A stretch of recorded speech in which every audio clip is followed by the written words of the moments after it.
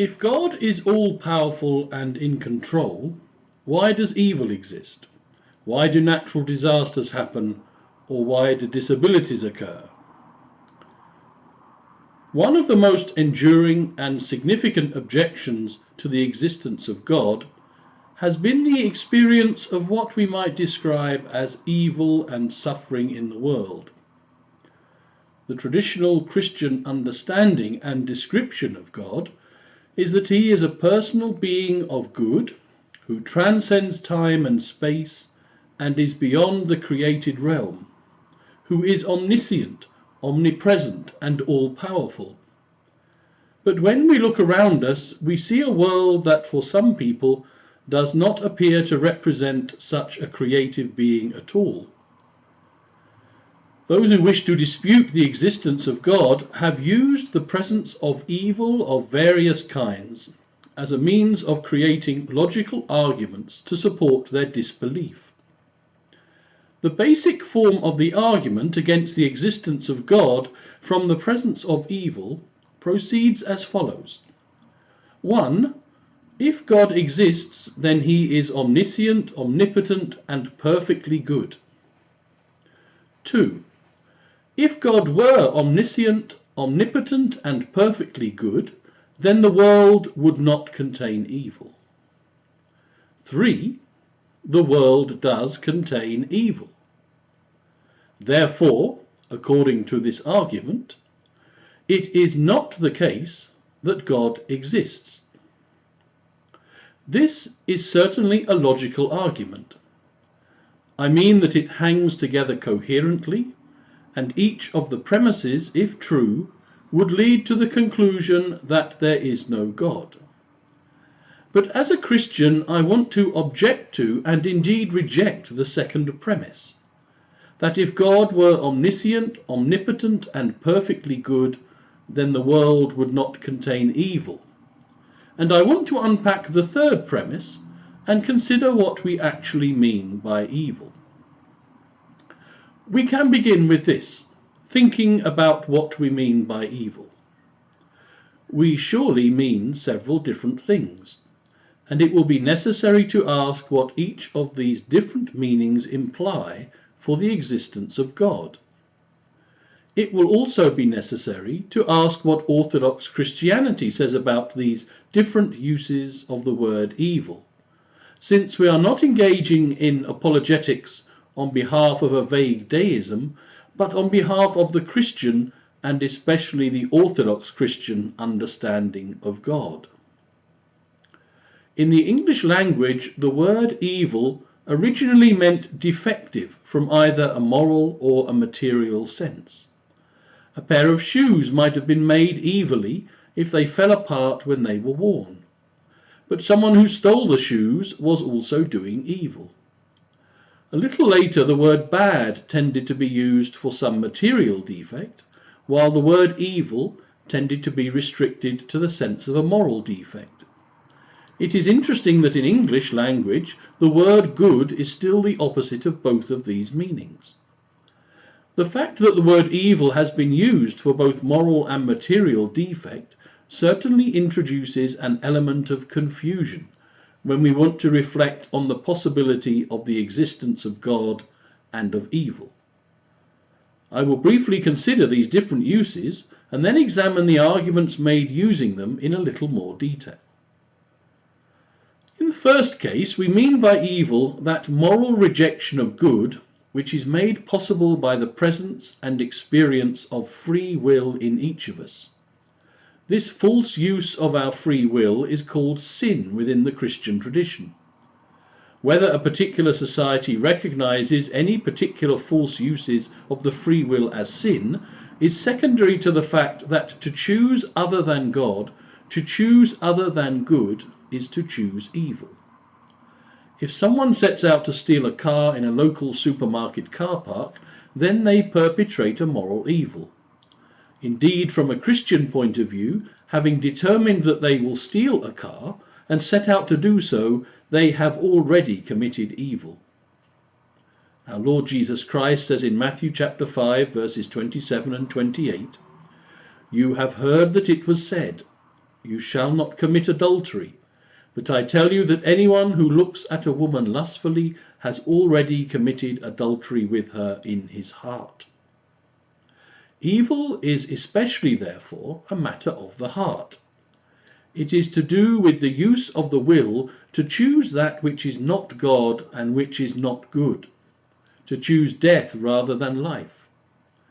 As an exercise of the free will, moral evil is therefore not a thing that exists at all. St. Gregory of Nyssa says, "Sin does not exist in nature apart from free will. It is not a substance in its own right." And Maximus the Confessor says, "Not even the demons are evil by nature. They become such through the misuse of their natural powers." Evagrius says, "That which is evil in the strict sense is not a substance, but the absence of good, just as darkness is nothing other than the absence of light." Metropolitan Callistos Ware sums up these and other references by saying, "Evil is always parasitic. It is the twisting and misappropriation of what is in itself good. Evil resides not in the thing itself, but in our attitude towards the thing, that is to say, in our will." As Orthodox Christians, we would want to insist with these fathers that moral evil is not a thing and therefore is not created by God, who is good and made all things good. It is the misuse of that which God has made to be good, and does not exist as a thing at all. The thief who goes out to commit a crime has made use of his free will in an evil manner. But God is not the author of his morally defective choice. The man who beats a child to death has also used his free will in an evil manner. Likewise, the dictator, a Stalin or a Hitler, has exercised the free will that God grants him as a human being in a manner which is evil, and which has perhaps directly caused the deaths of millions. It is the misuse of a faculty which is in itself good, which is the means and cause of moral evil. Metropolitan Callistos writes, "There is no greater force within creation than the free will of beings endowed with self-consciousness and spiritual intellect, and so the misuse of this free will can have altogether terrifying consequences." This is what we mean as Orthodox Christians by moral evil. We will examine in a moment the arguments used to deny the possibility of the existence of God in a world with such evil.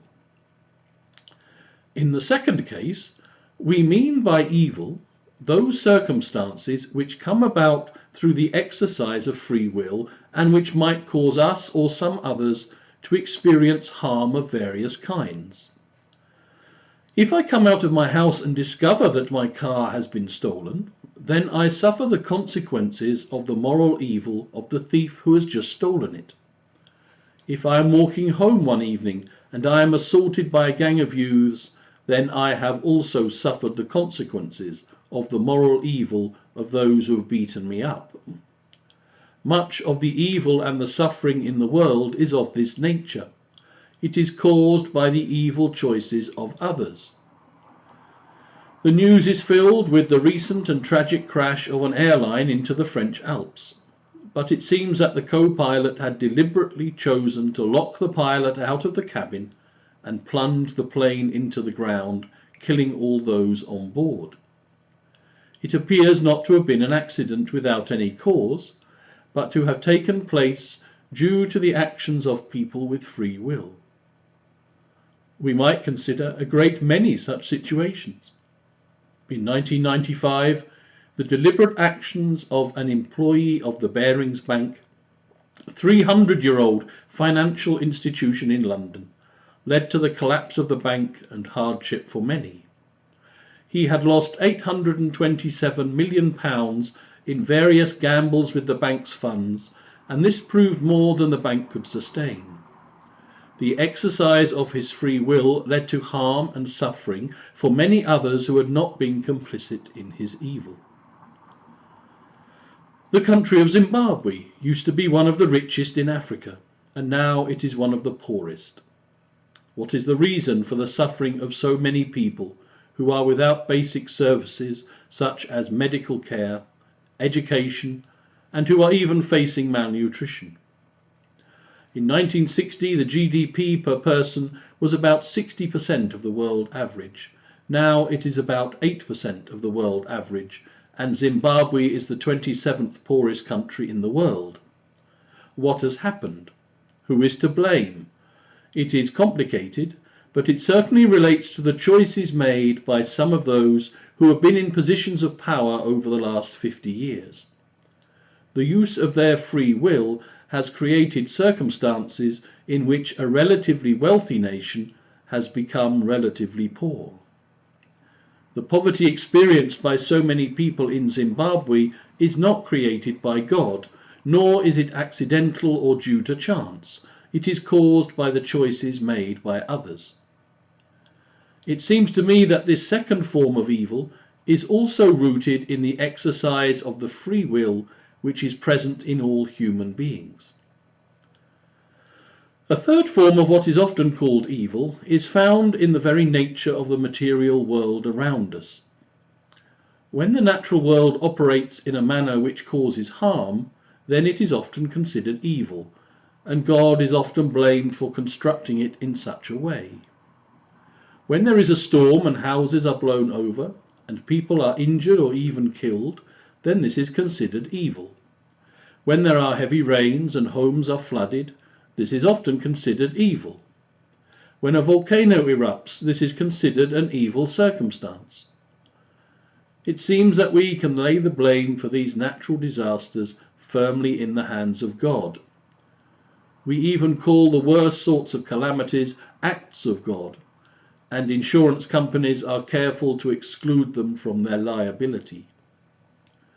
We will consider these events in more detail in a moment. But even in these cases, it seems to me that there is often, but not always, an element of human choice which could mitigate or even entirely remove the consequences of some of these events. A couple of years ago there were heavy rains in the British Isles, and for some weeks there were serious occasions of flooding in parts of the country. On the Somerset Levels, for instance, water overwhelmed many farms and even inundated areas of housing. It might have seemed that this was an evil which was in God's hands alone, and for which he was solely responsible. But in fact, after the floods had receded, it became clear that most of the damage had been caused by human choices and by a deliberate series of decisions made by various organizations and politicians. It had been decided, for instance, to reduce the budget spent on keeping the drainage channels flowing freely. Those channels and ditches which had operated for hundreds of years to keep the area dry. It had been decided to establish a nature reserve at the mouth of the major river in that area, and to allow it to become a marshy area in which water did not flow quickly. It had also been decided to allow houses to be built on areas of ground that were low-lying and which were liable to flooding. When the news programs covered these floods, it was immediately apparent from video taken from the air that the old medieval villages were all placed on higher ground, where the houses would not be flooded, while it was modern housing estates which had been placed in danger. When the heavy rain came, it was not surprising that the water could not easily drain from the levels. This was because of human choices, and the houses which had been placed on low-lying ground naturally suffered damage. These same rains had made the area a rich and fertile farming area for centuries. But now, because of choices made by various people and organizations, the same rain caused harm. But who is to blame? And to what extent has a natural phenomena been made evil because of the bad choices that people have made? This rather leads into a fourth form of what is considered evil, and that is the consequences caused to us by the natural laws which we find in this world in which we live. If I drive my car very fast, then as I approach a sharp bend, various natural forces will apply themselves to my vehicle, and I may find that I am flying through the air and involved in a serious accident, which might well leave me injured or even dead.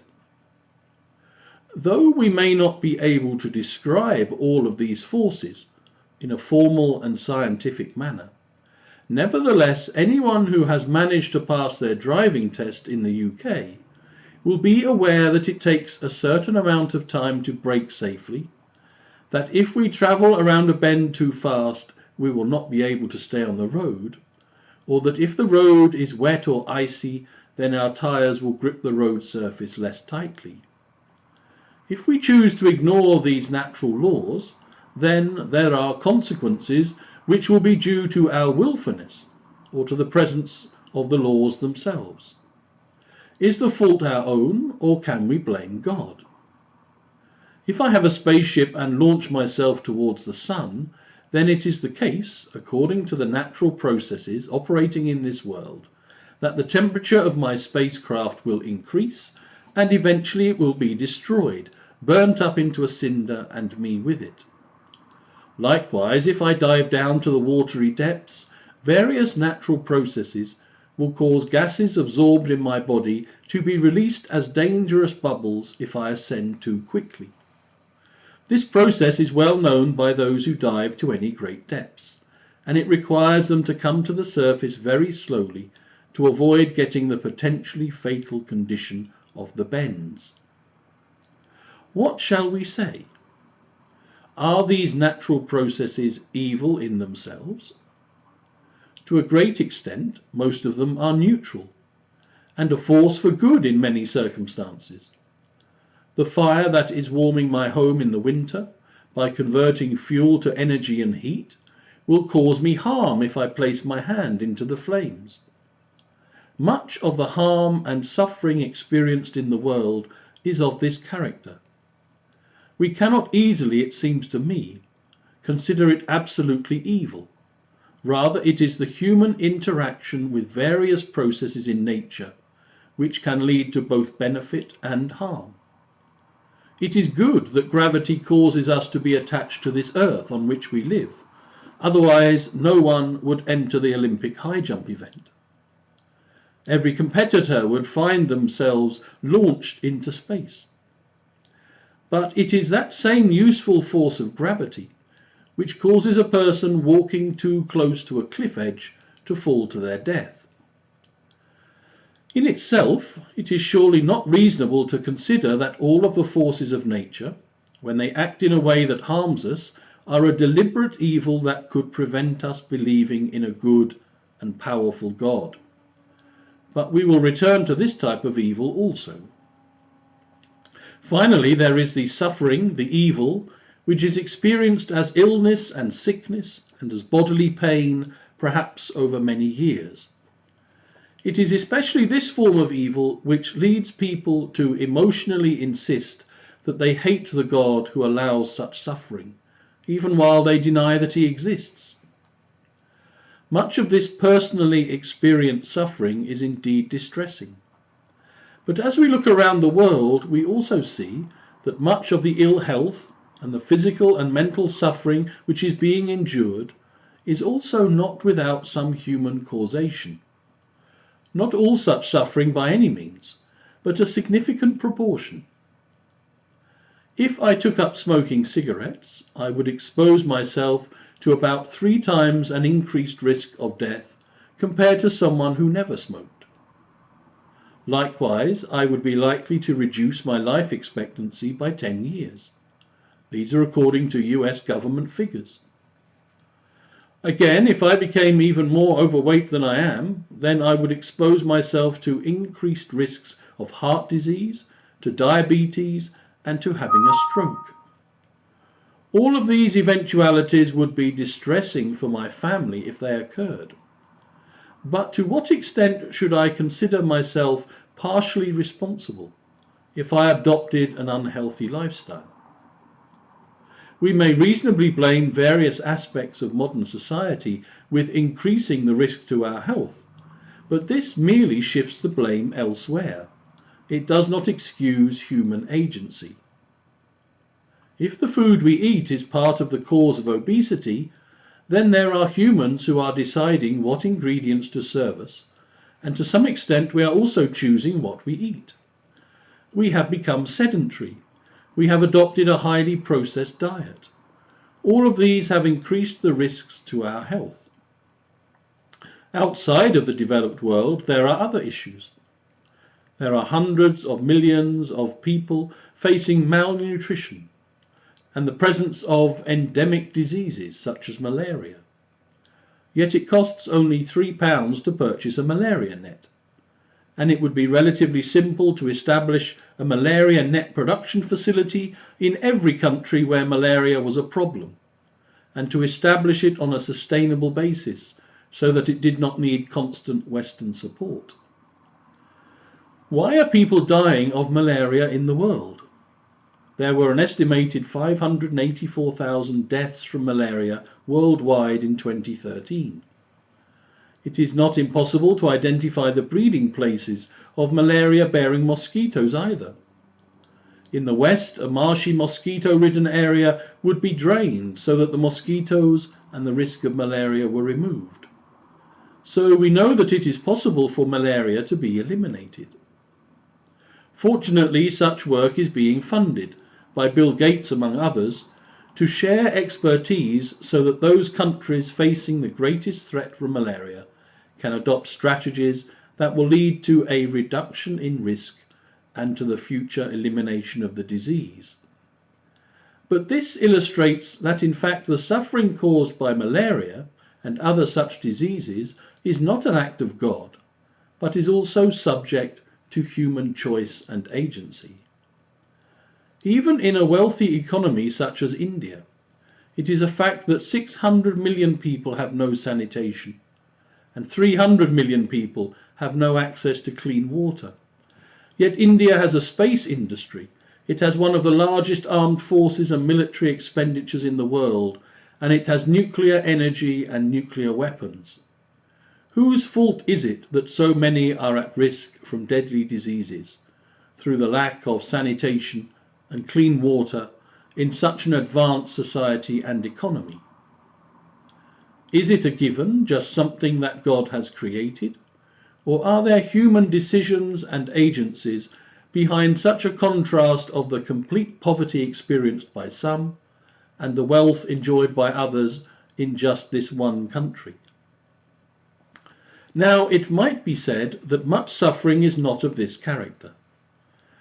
What of the genetic disabilities and conditions which are transferred at conception? How do we explain these? They are surely without any human causation. Of course, this is true to some extent.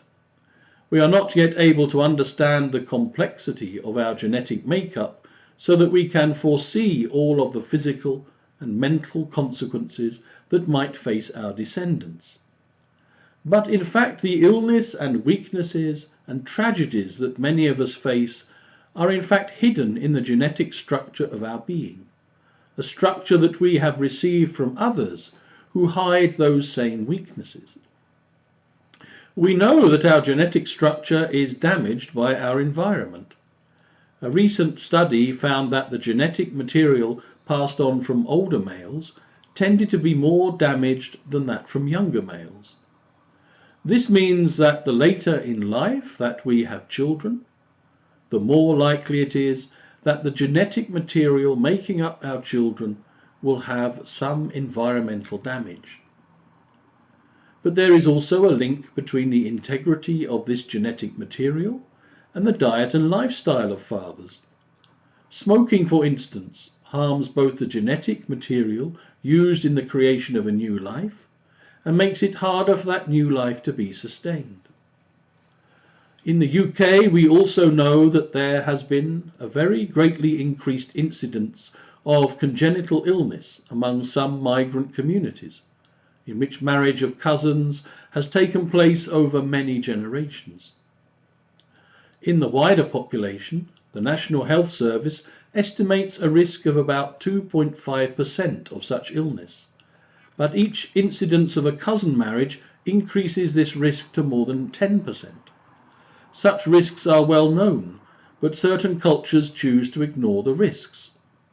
One such community represents only 3% of the population in the UK, but experiences over 33% of these genetically compromised births.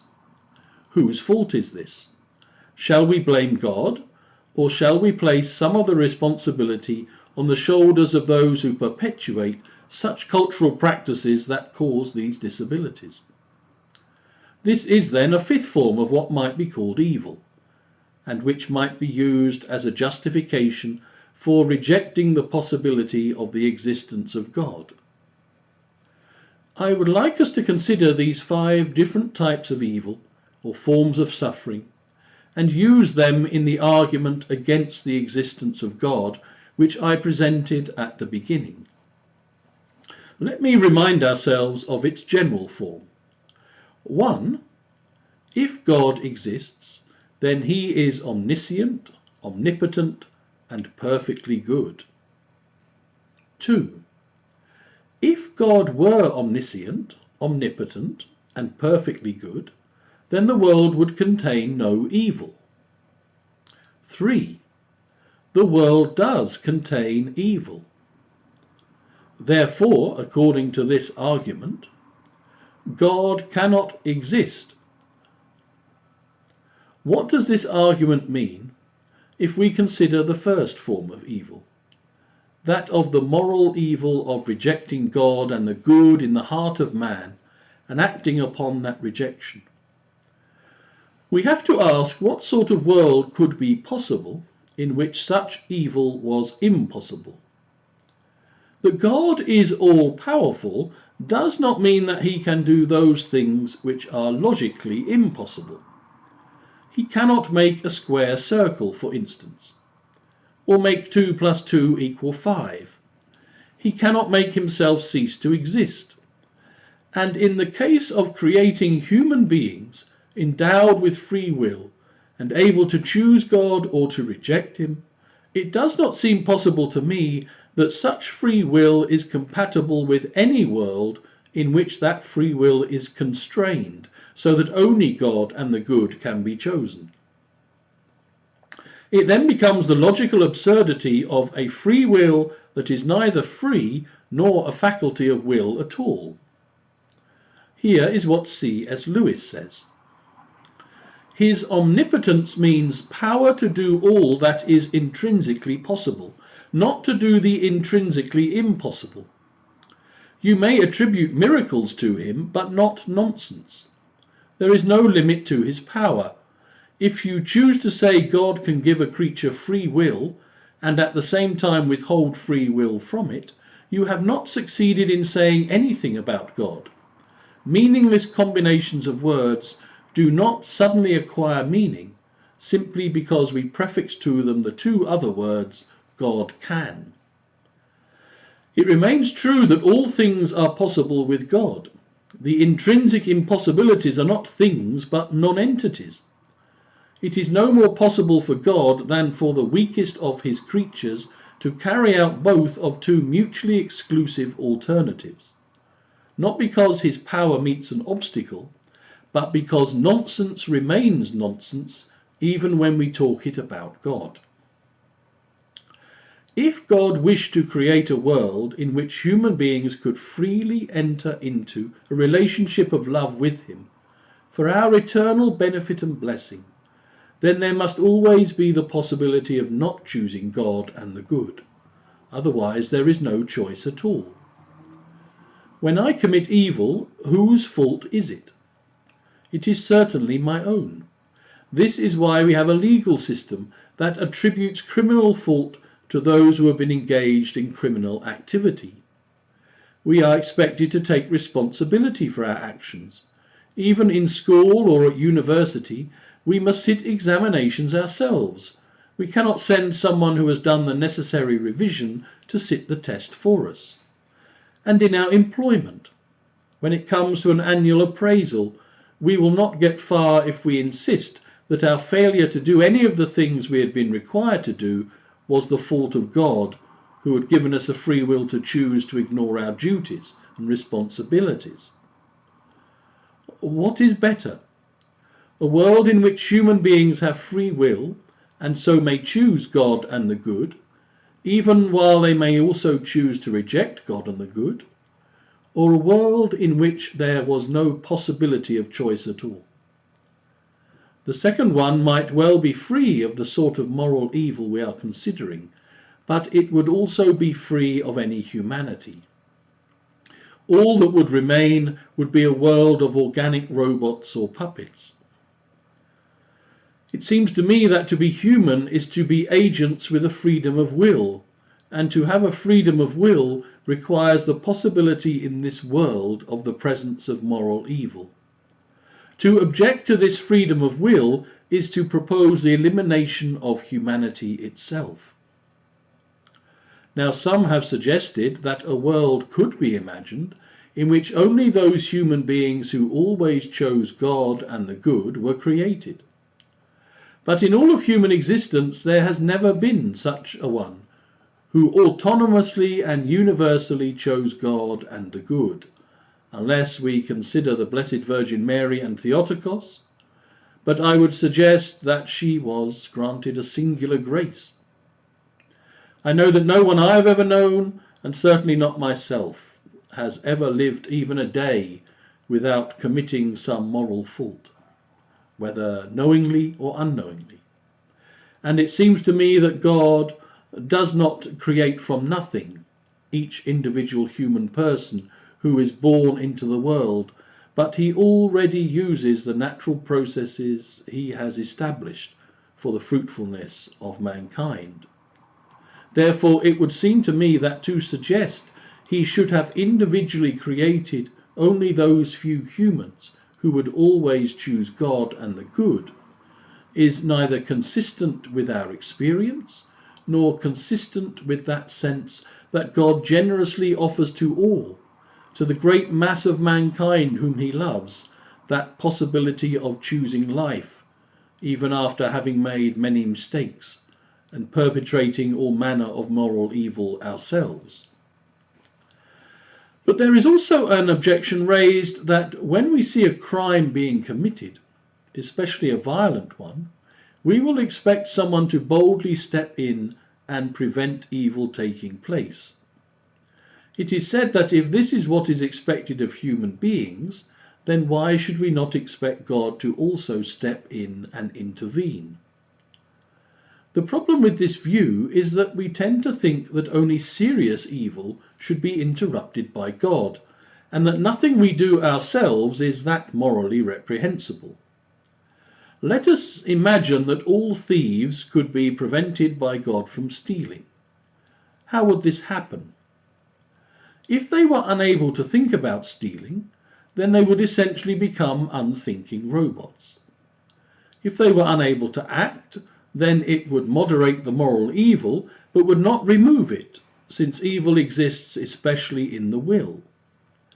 Let us assume that in fact they were allowed to think about it and plan their evil, but as soon as they did so, they found themselves on an island with all other thieves and those considering moral evil in their hearts. This might certainly seem satisfactory, but it is almost certainly the case that most of us thinking that murderers and thieves should be placed on an island would want to exclude ourselves from their company. Yet there is no moral distinction between stealing a car and stealing the extra 10 pence that we were mistakenly given in our change in a shop, if we notice it and decide to keep it. It is theft in both cases. Keeping a book that we borrowed a year ago from a friend and don't want to return is theft. Claiming that we are 15 and need a child's bus ticket when we are 17 is theft. Moral evil is not limited to what we might want to consider serious crimes that we are unlikely to commit. Even using bad language in anger when another driver on the road annoys us is an expression of moral evil. If we wished God to intervene to make all the bad people go away, then we will all be caught up in God's justice, and will all find ourselves on the island. Looking at a person with lust is the same as adultery. Shall we ask God to intervene in all of these cases? Being angry without cause is the same as murder. When we want God to act to prevent others committing moral evil, we exclude ourselves, but we are caught up in the same abuse of free will. If we wish God to prevent moral evil, then we must wish him to prevent all moral evil, not just other people's evil, and not just the worst of evils. And in such a world we discover that we are without free will. Being without free will, we are no longer human at all. There is another objection to this argument against the existence of God because of moral evil. It is that if there is no God, then there is no such thing as moral evil. How can there be an absolute morality if there is no transcendent creator of morality? All that there could be is a variety of personal opinions about what might be permitted and what might be forbidden. It becomes a matter of the imposition of patterns of behavior by force. If we are indeed only animals, and worse than that, if we are only animals living on an insignificant speck of dust in an inconsequential galaxy whose lifespan is only 70 or 80 years before utter and complete oblivion, then how can it matter how anyone lives? We do not insist that a lion adopts a vegetarian diet because of the rights of the gazelle. We understand that they are animals and must live according to animal instinct. If there is no God, then we are no more than this ourselves, and there can be no good or bad.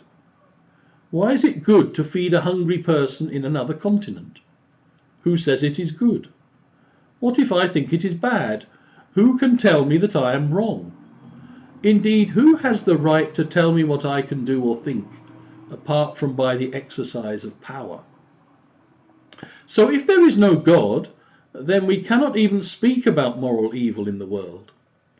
The only possible justification for saying that the murder of children is evil, not just socially unacceptable, is because of the existence of a transcendent God. As an Orthodox Christian, I think that the necessary presence of free will as a characteristic of humanity requires that the possibility of moral evil exist in the world, even as it is created by an all-powerful and good God. Of course, this does not mean that many who have no faith in God will not insist that a world in which men are able to be bad is not one that a good God could have created. But it seems to me that such people always wish to exclude themselves and their own behavior from the category of that which is evil. The Christian gospel is that God has acted in this world in which all of us perpetuate and perpetrate moral evil, and he has done so without compromising that freedom of will which is the essence of our humanity. Had God done nothing, then there might be an argument that he was not good, or was not all-powerful. But in fact he has done everything possible and necessary to bring about the fulfillment of his purposes for good, even though this has required of necessity the permissive presence of evil in the world. He has become himself part of his own creation and shares with us the experience of suffering and pain, of the consequences of moral evil committed by others. But he has not shared these experiences simply to be able to sympathize with us, but that the very meaning and purpose of this transient mortal life might be transformed and become the means of entry into a more perfect world. If we consider the second category of evil, which is consequential to the moral evil of other human beings, I have suggested that preventing someone from stealing my car would require God to prevent all forms of moral evil, however minor they might seem to us.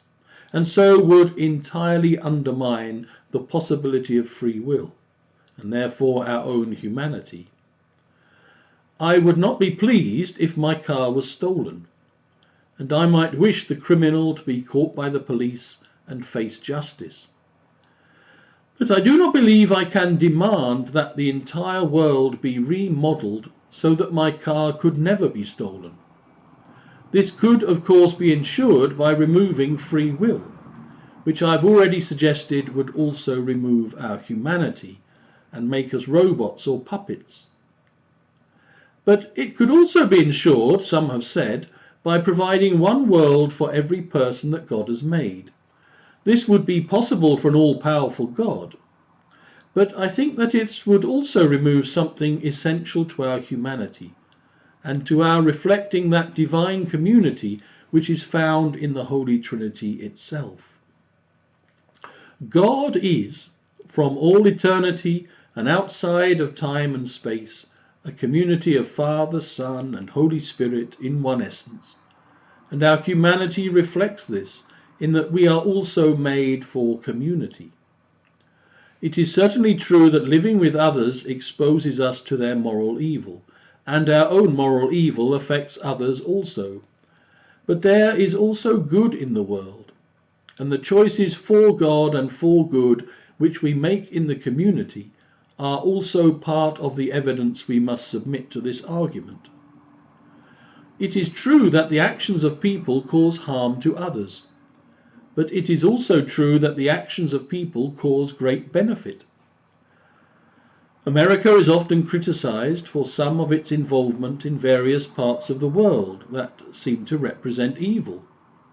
Yet at the same time, ordinary American people in 2013 gave $335 billion to charity.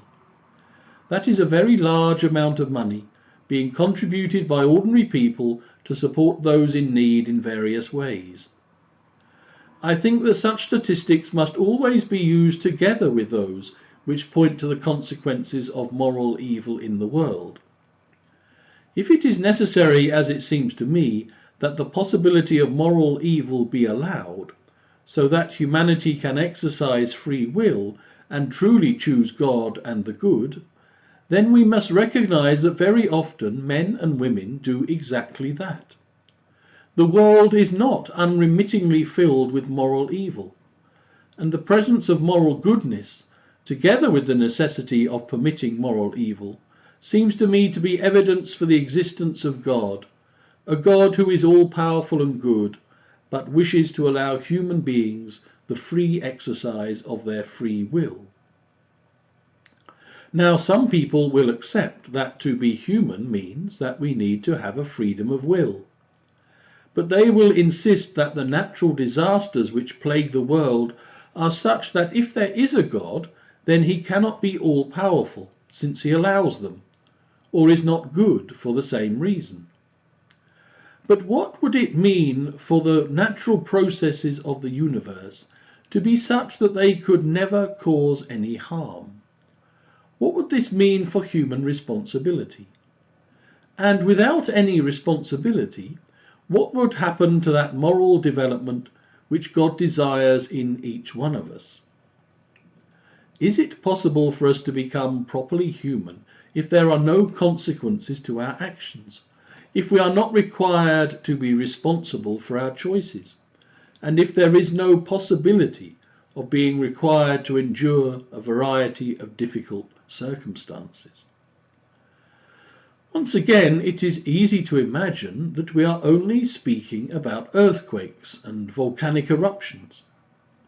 But these are natural disasters on a large scale.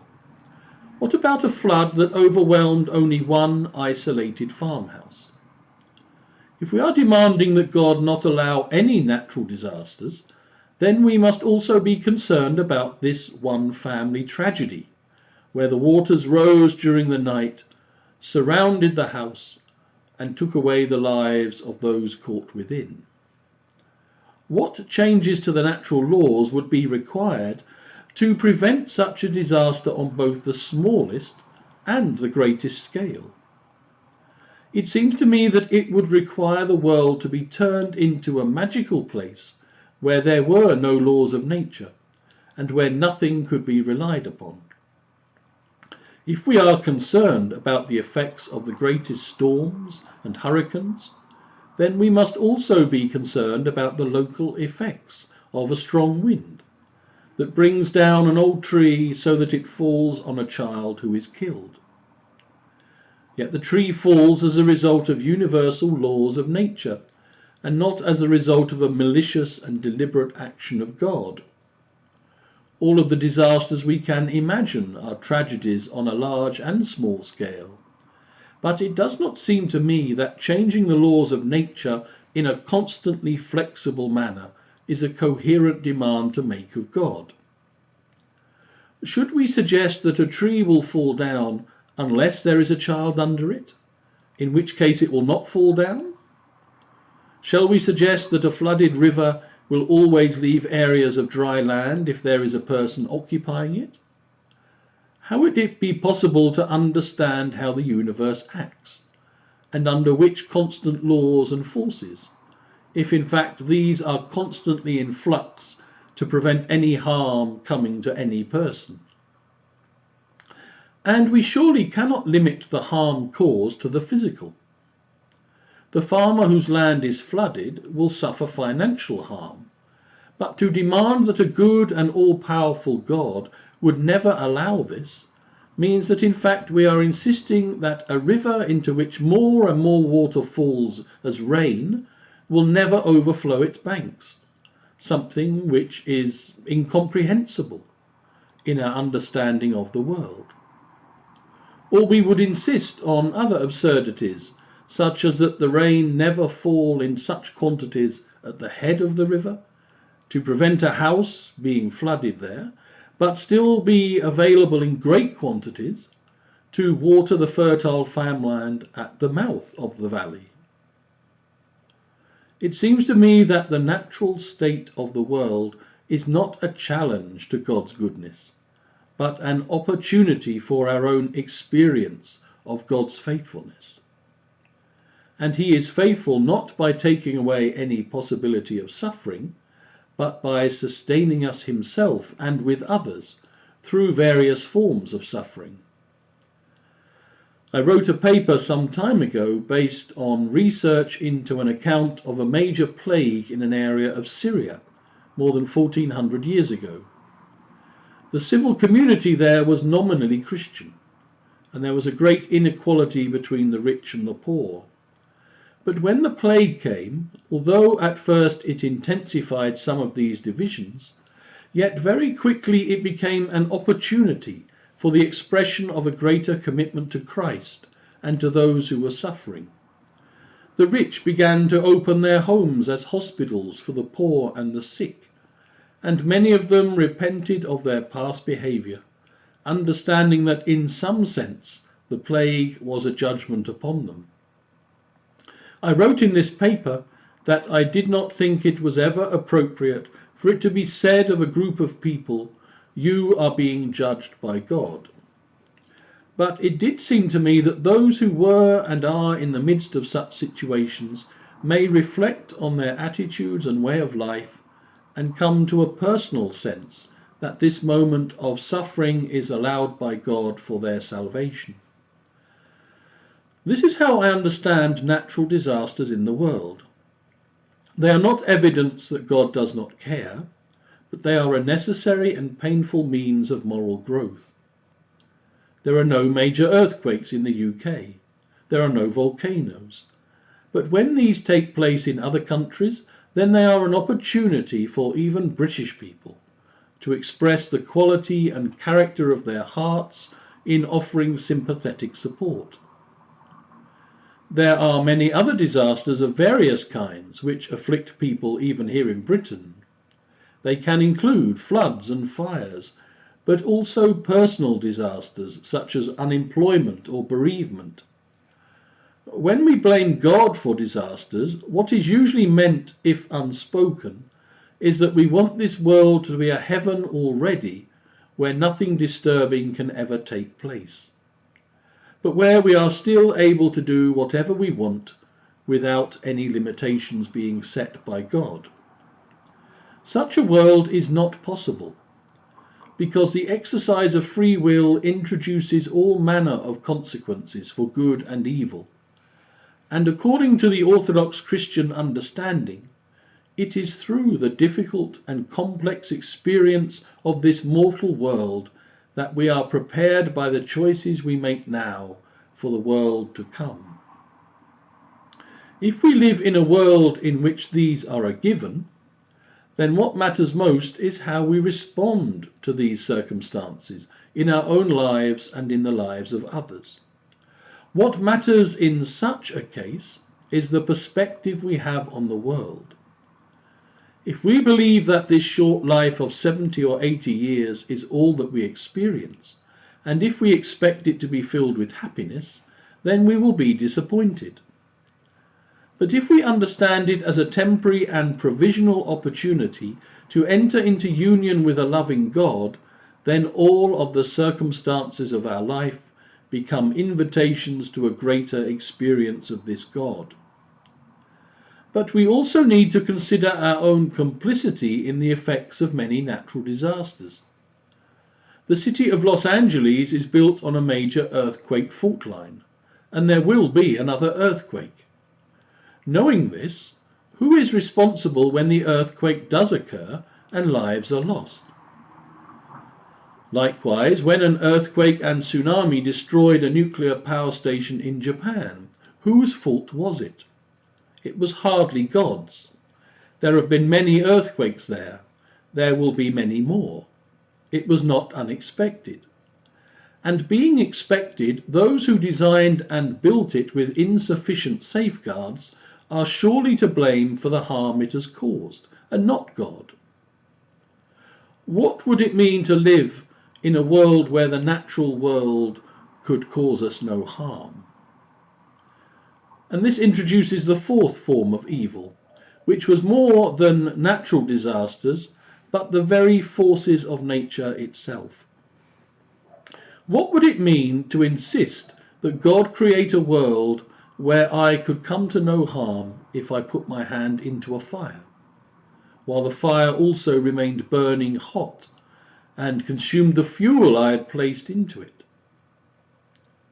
What would it mean to insist that if I jumped off the roof of a tower block, I would fall gently and come to no harm, while a brick falling at the same time would plummet to the ground under the forces of gravity?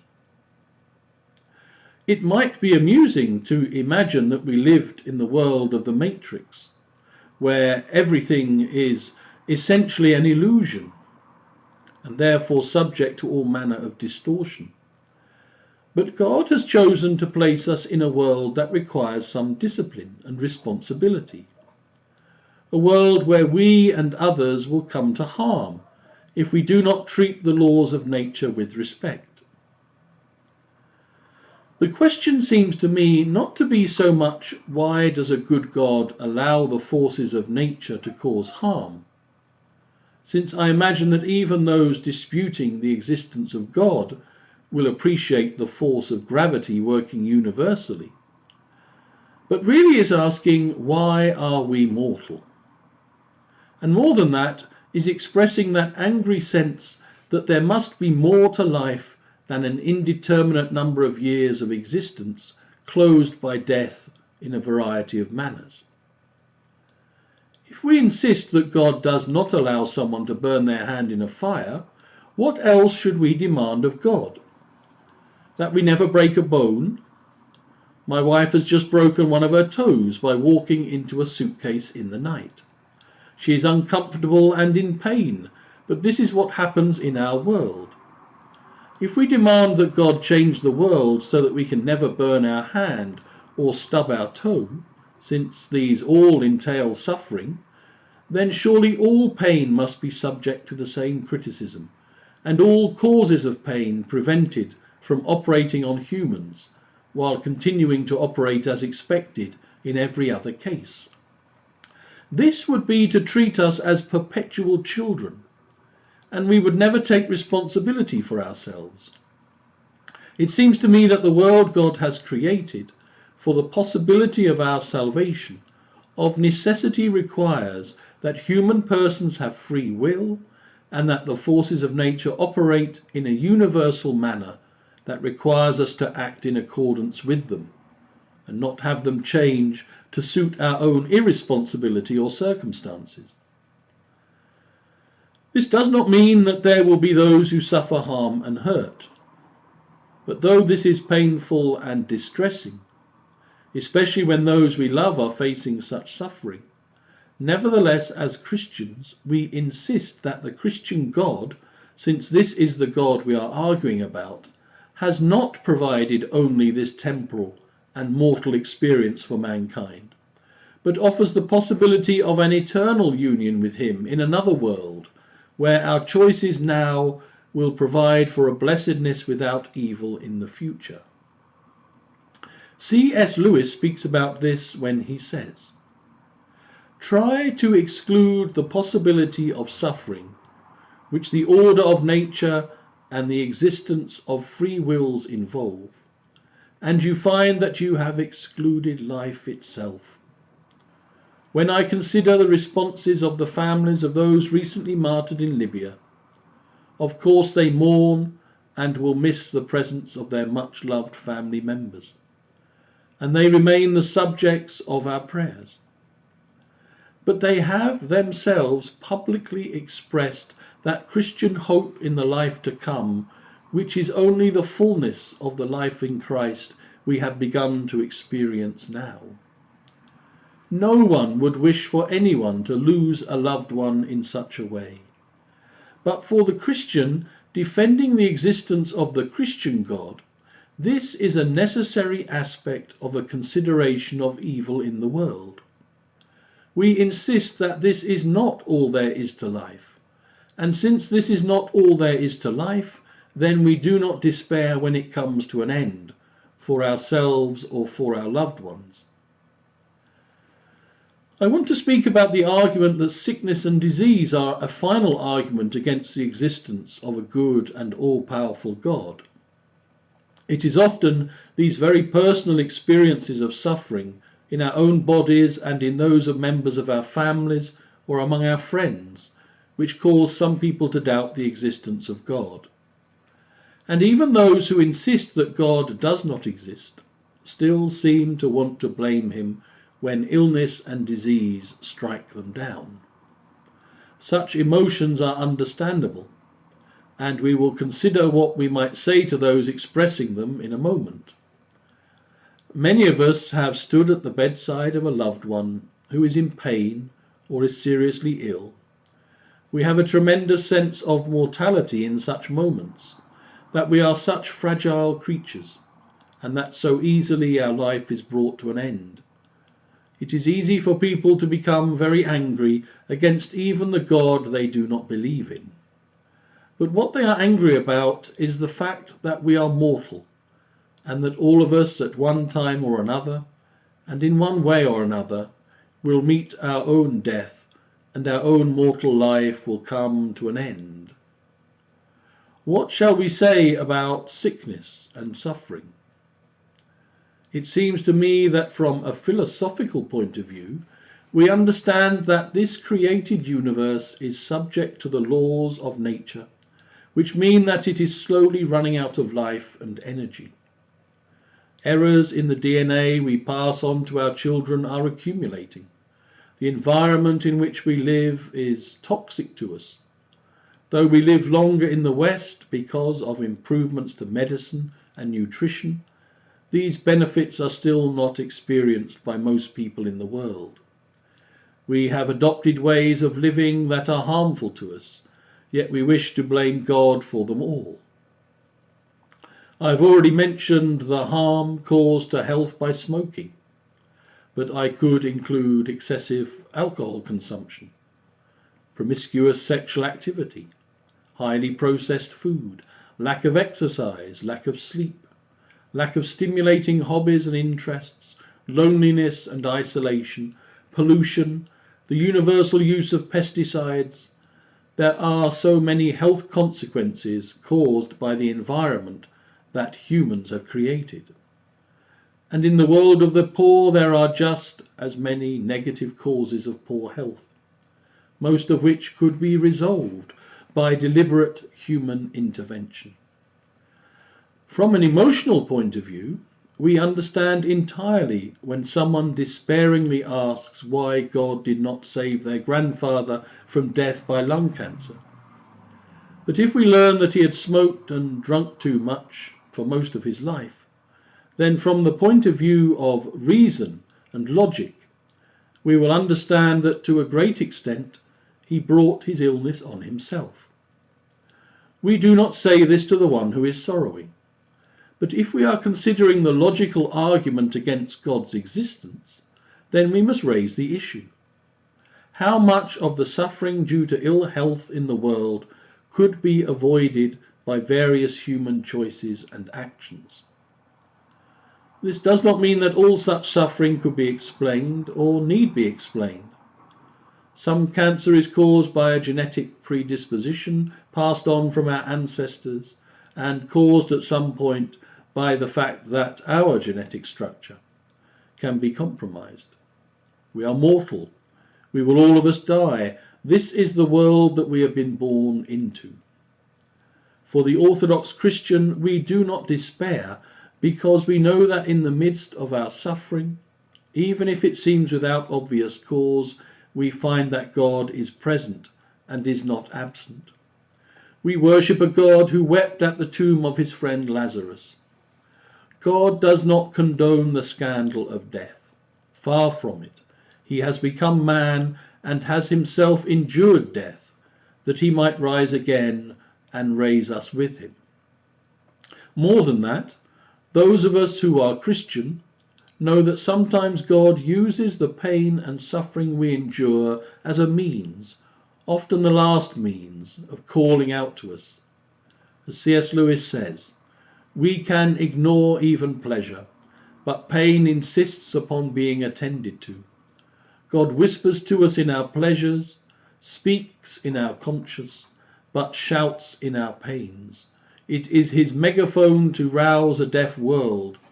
No doubt pain as God's megaphone is a terrible instrument. It may lead to final and unrepented rebellion, but it gives the only opportunity the bad man can have for amendment. It removes the veil. It plants the flag of truth within the fortress of the rebel soul. Even in the world, we know that pain is not always without some greater value than itself. Someone starting to get fit will endure all manner of pain at the beginning. Every muscle will ache, and it will seem that far from becoming fit, we are becoming more and more debilitated. The lazy friend will ask whether it is worth getting fit if it costs all the pain that must be borne. But the one becoming fit knows that it is indeed a necessary burden for a while.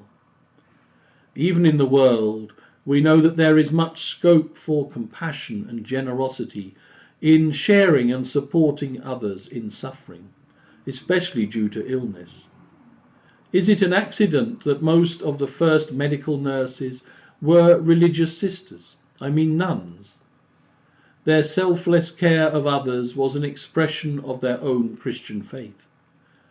Even when my wife first trained as a nurse over 30 years ago, the uniform which nurses wore still had some echoes of the dress of a religious sister, and the title of matron for a senior nurse, an old use going back to the 16th century, was not unassociated with the idea of a mother of a religious house.